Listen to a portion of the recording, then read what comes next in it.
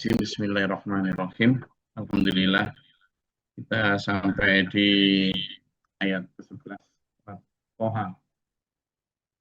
A'udzubillahi minasyaitonirrajim. Bismillahirrahmanirrahim. Falamma ataha nudiya ya Musa. Jadi begitu Nabi Musa sudah sampai di puncak atau di atas bukit di mana beliau melihat ada padang-padang, ada sinar yang beliau awalnya tidak tahu ya. Berarti memang sebelum ini Nabi Musa belum ditunjuk ya, belum ditunjuk. Jadi beliau belum ditunjuk menjadi seorang nabi. Dan pada saat itu seperti yang kemarin kronologisnya. Jadi kronologis awalnya ini Nabi Musa itu kan dirawat oleh Fir'aun sejak kecil. Nah, artinya beliau adalah seorang pangeran, seorang anak raja yang bahkan raja besar ya. Nah, setelah itu kemudian beliau setelah remaja, singkat cerita, suatu saat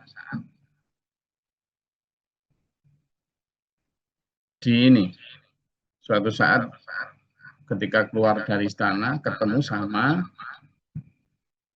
orang yang lagi berantem. Nah, kebetulan yang berantem ini adalah satunya orang Mesir, satunya orang Bani Israel. Seperti kita tahu, Bani Israel itu kasta rendah di masa itu. Sehingga kalau ada begitu, harusnya yang dibela itu orang Mesir secara sosiologi gitu, secara status sosial saat itu. Lah Nabi Musa karena memang genetikanya adalah orang Bani Israel, begitu tahu ada orang berantem, secara spontan Nabi Musa memukul orang itu. Dipukul, kemudian pergilah intinya. Lari karena dicari-cari sama Fir'aun. Intinya mau dibunuh sama Fir'aun. Nah, dalam pelarian itu kemudian singkat cerita sampailah ketemu di sebuah kampung Madian yang dibina oleh Nabi Syu'aib. Nah, Nabi Syu'aib ini nggak langsung ketemu, tapi Nabi Musa ketemu sama dua anaknya yang sedang nunggu giliran ngambil air. Karena di sumber air itu dikuasai oleh laki-laki banyak yang kalau perempuan mesti dibelakangkan. Lama nggak, itu akhirnya Nabi Musa membantu dua anak perempuan itu untuk ngambil air sampai ngantar ke rumah. Singkat cerita, Nabi Syu'aib ya belum kenal waktu itu dengan Nabi Musa. Tapi memang ya dua kebenaran mesti dipertemukan dengan caranya Allah sendiri. Wes nggak apa-apa kamu di sini aja gitu. Kamu ngabdi di tempatku sini, kata Nabi Syu'aib pada Nabi Musa. Nanti kalau sudah 10 tahun, kamu sabar, kamu boleh pergi, kamu juga tak kawinkan sama anakku, intinya gitu. Nah, akhirnya singkat cerita sudah dinikahkan dengan anaknya, juga sudah 10 tahun, akhirnya Nabi Musa izin untuk berangkat pergi. Nah, di dalam perjalanan pergi inilah, beliau di ayat yang kemarin, ayat mulai dari 8, 9, 10 itu, ditunjukkan tentang ada sinar padang gitu loh di atas bukit. Nabi Musa juga tidak tahu apa itu, maka beliau bilang sama keluarganya, kamu tunggu di sini ya, kamu di sini aja, aku tak imkusu ini anas tunaron, aku mau ada tadi melihat api, lalu sesungguhnya aku melihat api, nanti mudah-mudahan la'ani atikum min habi qobasin, mungkin aku bisa bawa ke sini ya obor-obor untuk nanti kita masak atau apa dalam perjalanan itu, atau nanti aku dapat petunjuk siapa, mungkin ada orang atau siapa gitu. Nah, ternyata di ayat 11 begitu nyampe di atas, falama ataha udah nyampe di atas, ternyata ada satu panggilan. Dia dipanggil Nabi Musa, ada suara. Begitu nyampe di sinar tadi. Ya Musa, wahai Musa, ini ana rabbuka, inilah aku Tuhanmu. Nah, di satu tempat itu ada suara begitu, wallahu a'lam ya suaranya seperti apa. Karena Allah itu kan tidak bisa, misalnya kita bayangkan suaranya itu kayak sound system yang besar gelegar, tidak bisa gitu ya. Apakah suaranya itu dari sudut langit, dari apa, tidak tahu kita, wallahu a'lam. Kita juga tidak tahu suaranya itu apakah didengar oleh telinga Nabi Musa dalam arti lahir, telinga lahir ini, ataukah beliau mendengar itu dari saluran batin, saluran apa, wallahu a'lam. Karena ini Allah lah yang berbicara, bukan manusia, bukan makhluk, bahkan bukan malaikat, tapi Allah langsung. Sehingga yang maha kuasa itu jangan dimaknai dengan secara gampang, oh pasti nanti kedengar suaranya begini. Tidak boleh ya, karena Allah itu mukhallafatun lil hawadithi. Allah itu berbeda dengan makhluknya, dan laisa kamitslihi syai'un.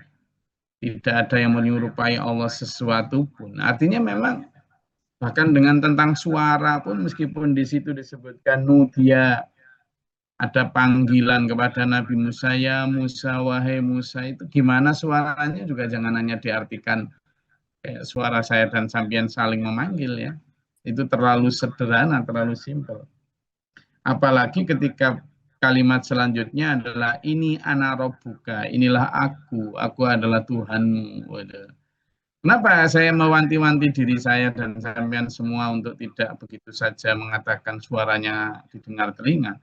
Karena kalau nanti nggak hati-hati, ada suara-suara yang mengatakan ini ana rabbuka, kita nanti percaya bahwa itu Tuhan. Padahal setan pun bisa begitu kan? Setan bisa ngomong gitu. Padahal dia setan. Makanya ini tidak gampang ya. Karena untuk menyatakan bahwa itu memang suara Tuhan dan tidak, ya hanya para nabi. Terutama dalam hal kalimat anarobuka loh ya. Masih ingat cerita tentang kisah Wali Songo ya. Ketika ada satu di antara, sebenarnya ya muridnya Wali Songo juga, tapi sudah sangat tinggi ilmunya, tapi kebablasan yang disebut Syekh Siti Jenar itu ya. Sebenarnya konsep manunggaling kawula marang Gusti waktu itu kan sering mengajarkan tentang penyatuan antara makhluk dan kholik. Orang kalau sudah tinggi ilmunya itu sudah menyatu dengan Tuhan, intinya begitulah yang diajarkan itu. Nah, oleh para wali songo dianggap, wah ini nanti kalau kebablasan nanti, apalagi umat Islam saat itu tauhidnya belum mendalam, nanti kalau diajarkan hal kayak gitu bisa merusak akidah ini. Itulah intinya. Maka para wali songo yang 9 itu kemudian berikhtiar untuk mengundang si Siti Jenar ini, kemudian diberi sepejangan lah, jangan begitu, tolong diubah cara berdakwahnya, tolong itu tidak diajarkan di masyarakat yang masih awam seperti ini, nanti kebablasan. Pokoknya berkali-kali lah intinya diingatkan seperti itu. Nah, ajaran manunggaling kawula marang Gusti, bersatunya makhluk dengan kholik, itu sebenarnya sudah dipelopori oleh orang-orang terdahulu, ulama-ulama terdahulu. Misalnya ada ulama namanya Al-Hallaj yang mempopulerkan sebuah konsep wahdatul wujud. Itu sama, konsepnya juga tentang persatuan antara makhluk dan Tuhan. Merasa bahwa kalau wiritannya sudah tinggi, dia menyatu dengan Tuhan. Waktu Wali Songo memanggil Syekh Siti Jenar, itu kan memerintah lewat utusan, tolong dipanggilkan Syekh Siti Jenar, diajak diskusi sini semua. Gitu ya. Tapi kan tidak mau. Ya maunya dia bilang gini, ketika panggil ya Syekh Siti Jenar, maka jawabannya Syekh Siti Jenar tidak ada, yang ada hanyalah Allah. Gitu. Sebenarnya jawabannya benar kalau dari sisi hakikat bahwa memang la ilaha illallah, tidak ada Tuhan selain Allah, itu memang sebenarnya hakikat kita ini kan tidak ada ya. Kalau Adam itu kan artinya tidak ada.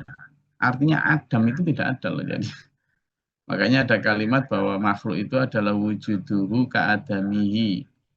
Wujudnya manusia atau makhluk-makhluk itu seperti tidak adanya. Tetapi kalimat itu tidak bisa sembarangan diterapkan. Nanti kalau masuk ke ranah yang nggak karu-karuan malah nggak sholat, nggak apa, repot, rusak nanti syariat. Maka ketika itu Syekh Siti Jenar juga menyatakan Syekh Siti Jenar tidak ada, yang ada hanyalah Allah. Nah kalimat selanjutnya yang bahaya itu kan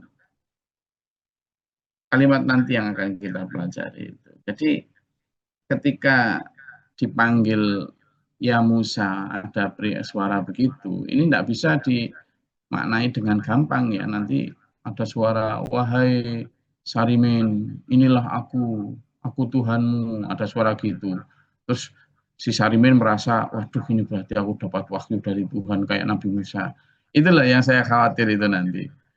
Tidak semudah itu, karena makanya ayo kita maknai suara Allah yang ada di situ. Itu jangan dibayangkan yang aneh-aneh, suara kayak manusia. Bisa jadi Allah memakai saluran lain yang tidak hanya didengar telinga ya. Karena kita tidak tahu juga pada saat Nabi Musa melihat api itu, apakah keluarganya juga melihat dari bawah waktu itu. Waktu itu Nabi Musa melihat ada sinar terang gitu. Tapi apakah saat itu anak-anak atau suami istrinya melihat semua juga kita tidak tahu, tidak diterangkan dalam sini. Nabi Musa hanya memberitahu kepada anak istrinya, aku melihat api. Nah, apakah itu Nabi Musa saja yang melihat ataukah semua melihat? Gitu. Karena kan seperti yang sering kita dengar dulu cerita-cerita pas kecil gitu ya. Kadang ada seseorang 5 atau 4 orang gitu. Yang satu melihat sesuatu, yang satu nggak melihat apa-apa. Nah, bisa jadi Allah memang menampakkan sinar di atas bukit tadi itu hanya kepada Nabi Musa, ya wallahu alam. Demikian pula kalau ada panggilan Nudia, ada panggilan ya Musa, wahai Musa.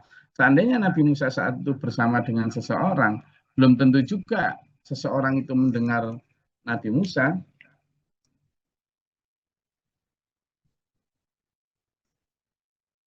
Belum tentu bahwa orang tersebut mendengar dawuhnya Allah itu. Gitu. Apalagi kalimat selanjutnya, ini ana rabbuka, inilah aku, Tuhanmu.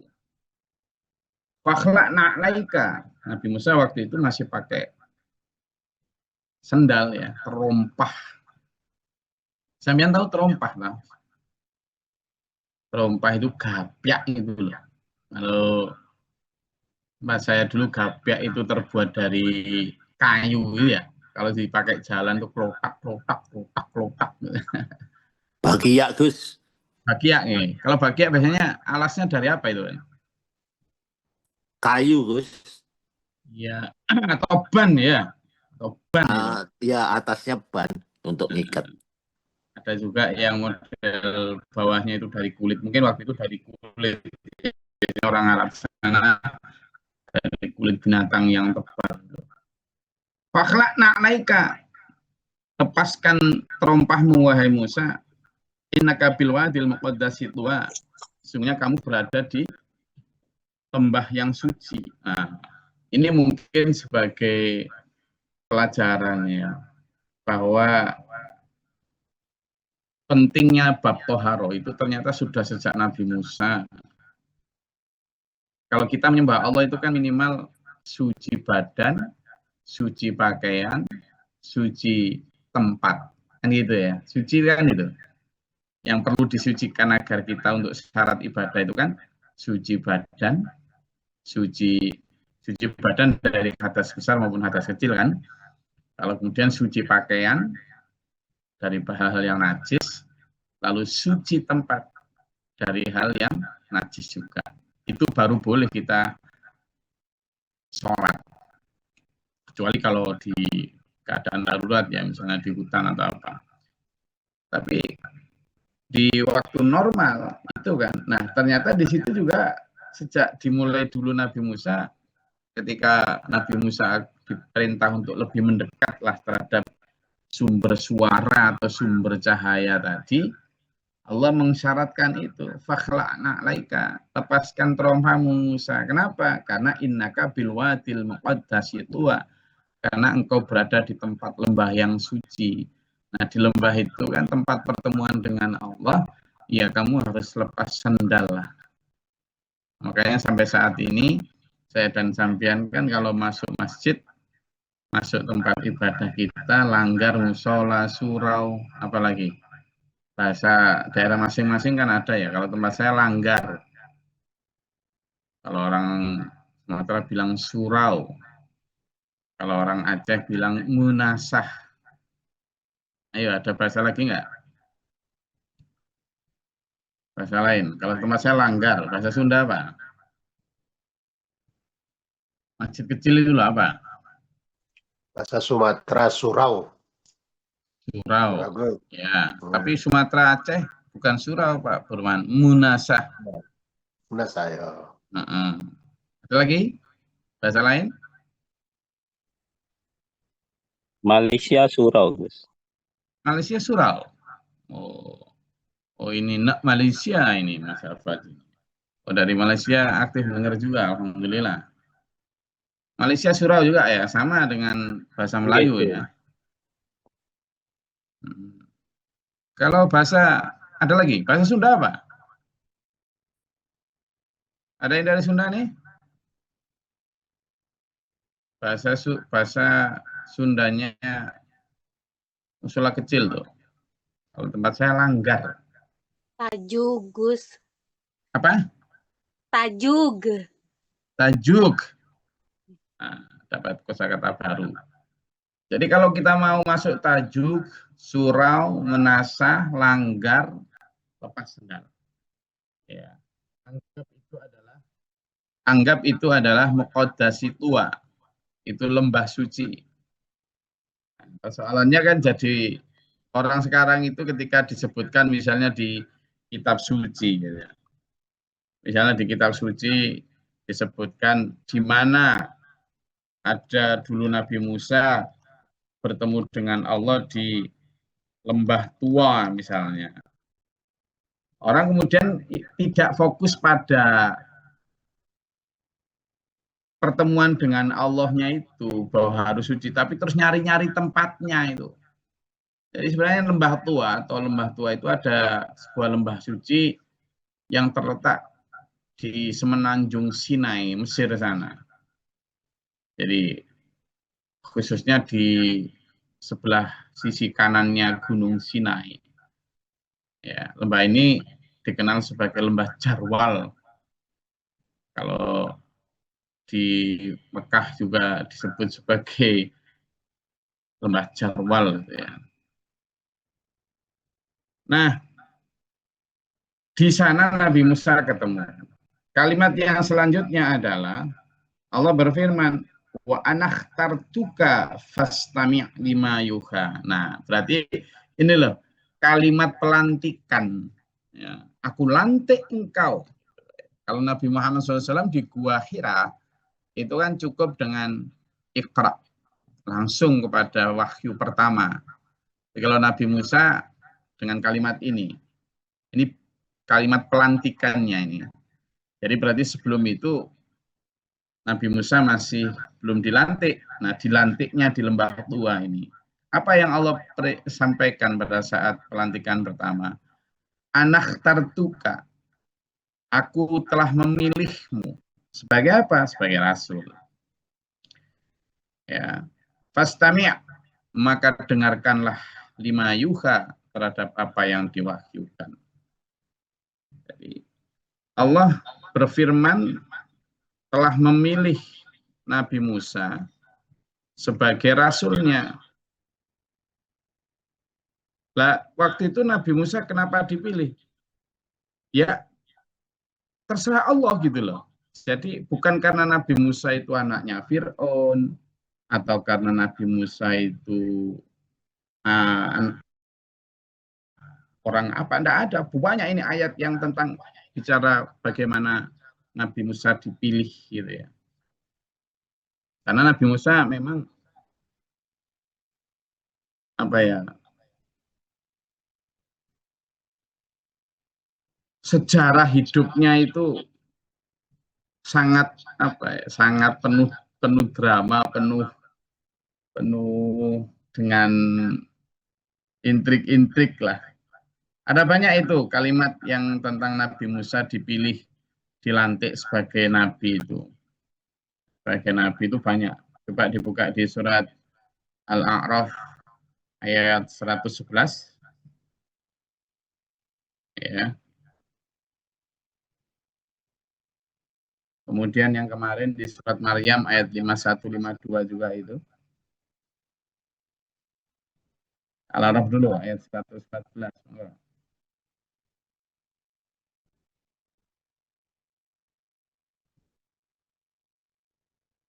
Al-A'raf 114.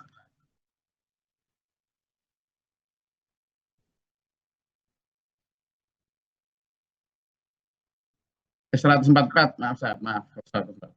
144. Mulai 143 sampai 144. Silakan. Bismillahirrahmanirrahim. A'udzubillahi minasyaitonirrajim. Bismillahirrahmanirrahim. Allah berfirman, wahai Musa, sesungguhnya aku memilih melebihkan engkau dari manusia yang lain pada masamu untuk membawa risalahku dan firmanku. Sebab itu berpegang teguhlah kepada apa yang aku berikan kepadamu, dan hendaklah engkau termasuk orang-orang yang bersyukur. Shadaqallahul adzim. Baik, lalu ayat surat Maryam ayat 51-52 itu. Enggak gantian. Maryam 51-52 yang kemarin. Mohon maaf Gus, di surat Al-A'raf tadi ayat berapa Gus? 144. 144. Yang dibaca Pak Haji tadi nggih? Oke, 143 sampai 144. Nggih. Nah, sekarang Maryam 51-52. Itu sama juga tuh.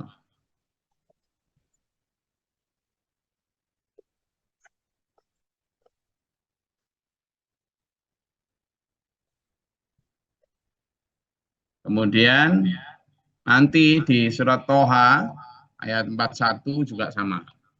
Monggo, siapa yang baca tadi? Untuk Quran surat Maryam 51. A'udzubillahi minasyaitonirrajim. Bismillahirrahmanirrahim. Dan ceritakanlah Muhammad kisah Musa di dalam kitab Al-Quran. Dia benar-benar orang yang terpilih, seorang rasul dan nabi. Shadaqallahul adzim.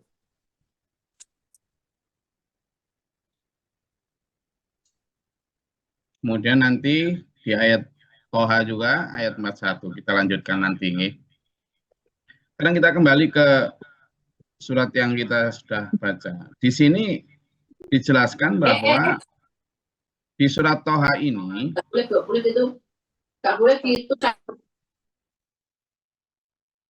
kita belajar benar-benar tentang itu tadi. Ketika wa anakhtartuka fastami' lima yuha, maka dengarkanlah apa yang diwahyukan. Innani, nah ini yang ayat 14 ini loh yang bahaya. Hebat sekaligus bahaya ya, kalau kita salah menafsirkan. Di situ Allah berfirman, innani, sesungguhnya aku ini. Lah pada saat Allah berfirman innani, sesungguhnya aku ini, itu menunjuk kepada apa?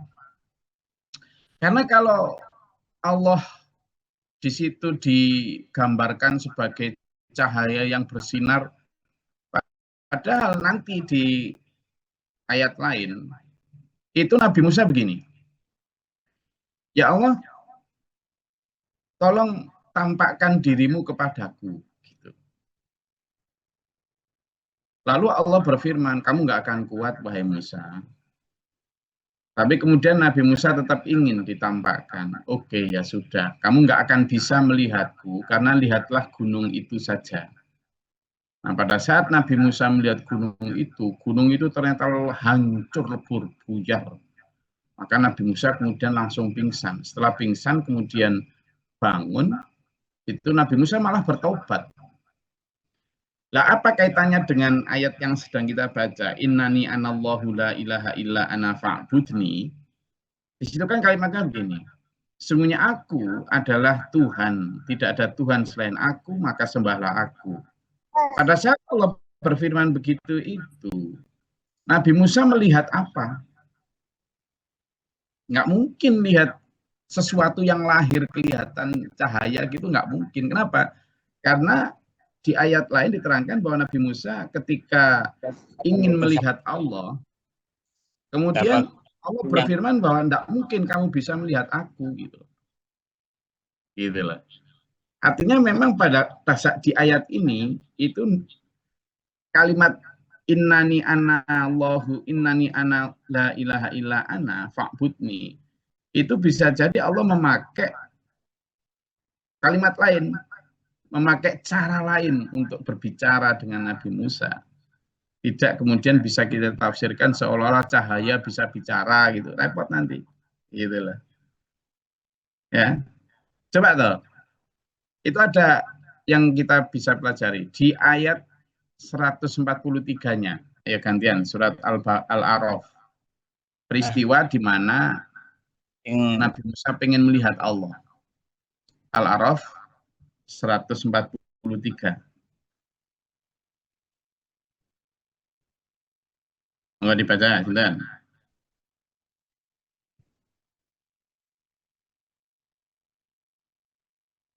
Izin Gus. Silakan. Dan ketika Musa datang untuk munajat pada waktu yang telah kami tentukan, dan Tuhan telah berfirman kepadanya, Musa berkata, ya Tuhanku, tampakkanlah dirimu kepadaku agar aku dapat melihat engkau. Allah berfirman, engkau tidak akan sanggup melihatku karena, namun lihatlah ke gunung itu. Jika ia tetap di tempatnya sebagai sedia kala, niscaya engkau dapat melihatku. Maka ketika Tuhannya menampakkan keagungannya kepada gunung itu hancur luluh, dan Musa pun jatuh pingsan. Setelah Musa sadar, dia berkata, Maha suci engkau, aku bertobat kepada engkau, dan aku adalah orang yang pertama-tama beriman. Sadaqallah. Itu setelah jadi nabi, itu peristiwa ini setelah jadi nabi. Nabi Musa pada saat mikot ke Gunung Tur Sinai itu, dan minta, ya Allah, mbok tampakkan dirimu kepada aku. Loh, berarti kan pada saat pelantikan belum tampak gitu loh. Logikanya kan begitu. Ini peristiwa surat Al-A'raf ayat 43. Ini kan Nabi Musa setelah dilantik jadi nabi. Setelah membawa umatnya pergi, kemudian beliau bermikot berkholwat ke Gunung Tur Sinai selama 40 hari itu. Itu sudah diangkat dan Nabi. Nah, pada saat itu Nabi Musa minta, ya Allah, mbok tampakkan dirimu kepadaku. Kata Allah, kamu nggak akan bisa melihatku. Itu loh. Tapi kata Allah, kalau kamu ingin melihatku, coba aja lihat bukit itu. Kalau bukit itu masih ada pada tempatnya, kamu bisa melihatku. Begitu Allah menampakkan pada hancur begitu bukit itu, maka Nabi Musa pun pingsan. Setelah sadar malah taubat, ya Allah, ampuni aku ya Allah. Gitu. Nah, berarti kan pada saat dilantik yang ayat kita pelajari tadi, itu tidak bisa melihat Allah. Walaupun di situ Allah berfirman, innani anallahu la ilaha illa ana fa'budni. Kenapa ini saya tanamkan betul ya, dulur, jangan ngantuk dulu. Pada saat itu divisualisasikan dalam cerita ini, itu Allah seperti terlihat cahaya di atas bukit. Lalu Allah memanggil Nabi Musa, lalu Allah menyatakan ini loh aku, sembahlah aku, tidak ada Tuhan selain aku. Yang bicara situ seolah-olah dalam cerita ini kan api itu, ya kan? Seolah-olah yang bicara terhadap Nabi Musa itu adalah api yang dilihat Nabi Musa di atas bukit, mengatakan, innani sesungguhnya aku, ana robbuka, aku adalah Tuhanmu. Anallahu la ilaha illa ana, tidak ada Tuhan selain aku, kata Allah. Aku adalah Allah. Fa'budni, maka sembahlah aku. Kalau yang kita terjemahkan api bisa bicara begitu, maka tidak salah kalau sekarang kemudian ada satu golongan agama yang menyembah api. Itulah, inilah bahayanya kalau kita tidak, tadi saya tak ajak ke surat Al-A'raf ayat 143 tadi. Supaya tahu kronologisnya. bahwa ketika Nabi Musa di ayat 143 surat Al-A'raf itu setelah dilantik jadi nabi, itu saja Nabi Musa masih ingin melihat Allah. Berarti sebelum itu ketika dilantik di ayat 13 surat Toha ini, Nabi Musa tidak melihat Allah. Karena kalau melihat Allah, tentu pada saat mikot ke Gunung Tursina nggak pengen melihat Allah. Buktinya ketika di sana pun tidak mampu melihat Allah. Ini harus kita pahamkan sebagai akidah kita ya. Karena kalau nanti nggak begitu, ya akhirnya terjerumus kepada agama yang menyembah api itu. Karena memang di situ kan api berbicara kepada Nabi Musa, aku Tuhanmu, sembahlah aku, akulah Allah, tidak ada Tuhan selain aku, sembahlah aku. Lah kalau kayak gitu kan dapat gitu ya. Jadi ayo kita pahami bahwa cara Allah menampakkan diri atau cara Allah memperdengarkan suaranya kepada Nabi Musa itu tidak seperti yang kita bayangkan. Bisa jadi Allah memakai cara lain. Ya, itu yang kita perlu pelajari. Wa aqimis sholata lidzikri, dan dirikanlah sholat untuk mengingatku. Jadi as-sholatu lidzikrillah.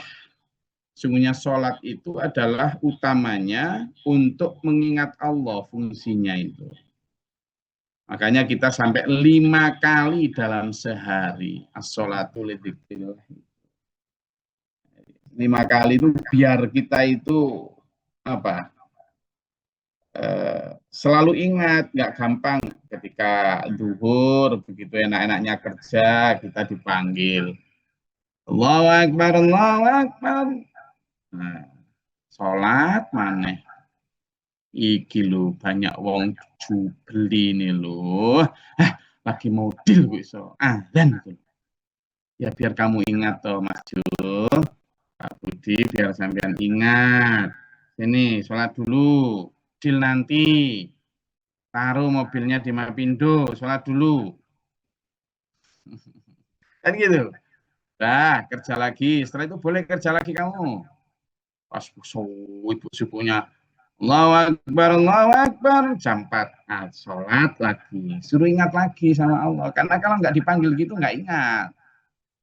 Nah, kerja lagi, maghrib begitu pulang di jalan untuk nyampe rumah, ayo Allahu Akbar, ayalah sholat, kita dipanggil lagi sholat. Habis mandi, makan, minum, enak-enak nonton sinetron, Allahu Akbar. Lagi Allah, sholat lagi, lidzikri, suruh ingat lagi. Sudah, habis itu sama keluarga capek tidur, masih ngantuk-ngantuk. Jam 4 pagi dibangunin lagi. As-sholatu khairum minan naum. Sholat lebih baik daripada tidur. Enak tidur, kata nafsu. Tapi kata Allah, as-salatu lidzikri. Untuk biar kamu itu ingat aku, kata Allah. Ya. Inna sa'ata atiyatun akadu ukhfiha litujza kullu nafsin bima tas'a. Dan sungguhnya kiamat itu pasti akan datang loh. Nabi Musa loh, itu ribuan tahun sebelum Nabi Muhammad SAW itu loh sudah bicara kiamat. Bahkan Nabi Musa pernah menyatakan kiamat itu juga sangat dekat. Padahal Nabi Musa, Nabi Muhammad belum kiamat. Nabi Muhammad juga disatakan kiamat itu dekat. Tapi Nabi Muhammad sampai hari ini ya belum kiamat. Akhirnya banyak orang nggak percaya kiamat kok tenan dah. Apa sih? Katanya dekat, nggak datang-datang. Akhirnya banyak orang nggak percaya. Banyak orang nggak percaya. Padahal di situ nanti semua perbuatan akan dibalas sesuai dengan masing-masing perbuatannya.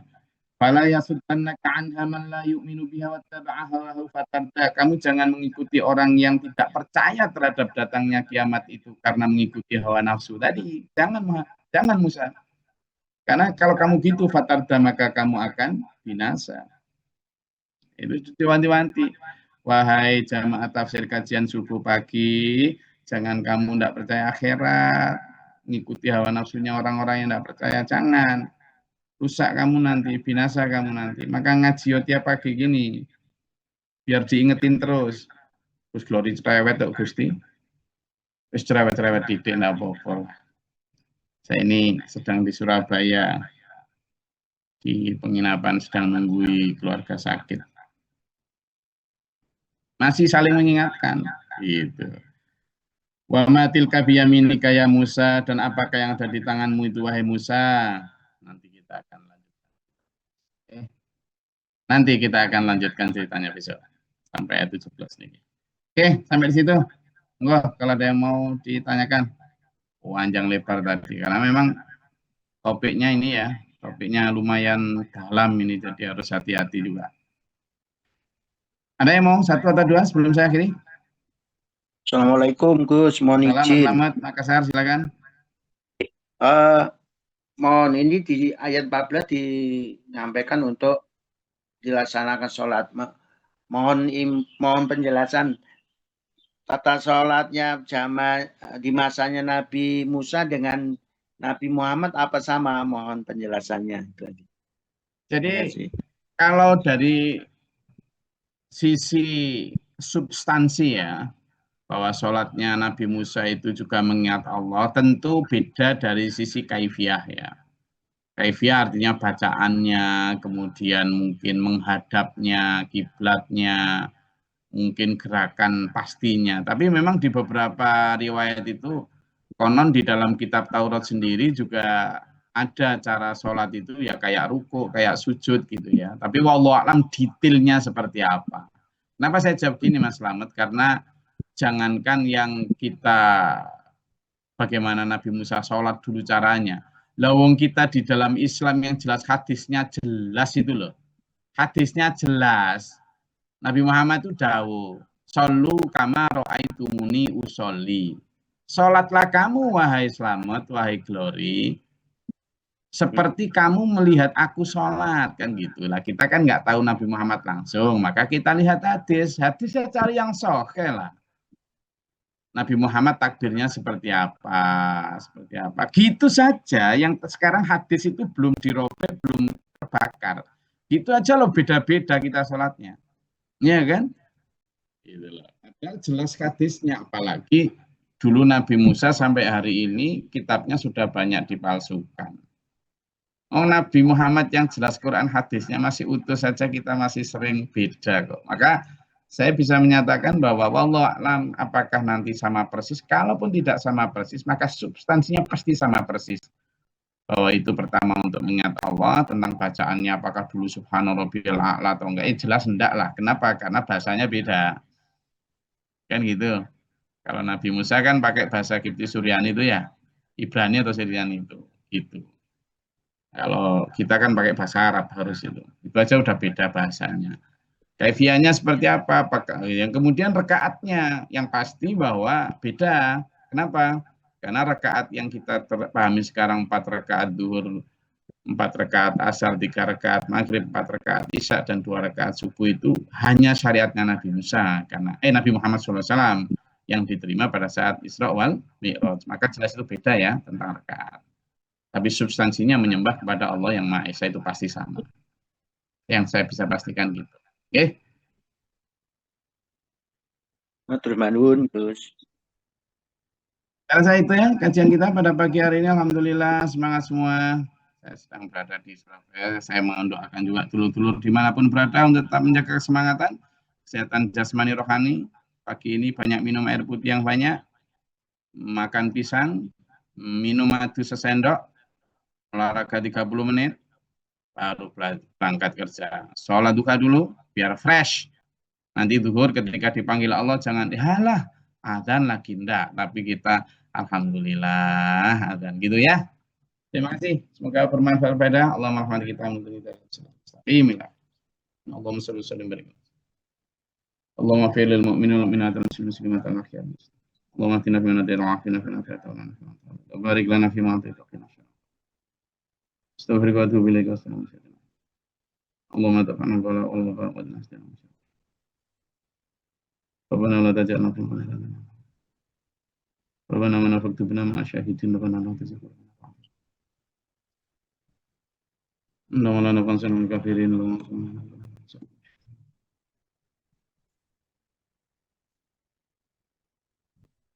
Rabbi a'udzu bika min syaitanir rajim wa a'udzu bika Allah ta'ala wa rahmatika Allahumma zilna rahmatan wa ta'ala. Allahumma afri lan sabra sabidin lan fasal. A'udzu billahi min syaitonir rajim wa a'udzu billahi Rabbana taqabbal du'a innaka antas samiul 'alim. Rabbana hab lana min azwajina wa dhurriyyatina qurrata a'yun. Wassalamualaikum warahmatullahi wabarakatuh. Waalaikumsalam warahmatullahi wabarakatuh.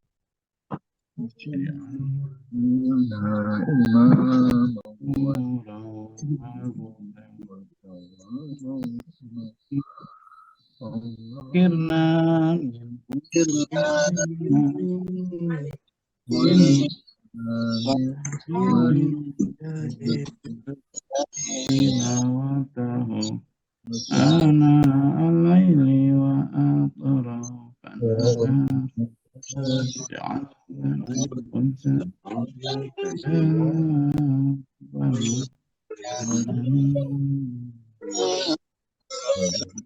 Amin. Ya Rabbi nawwir qulubana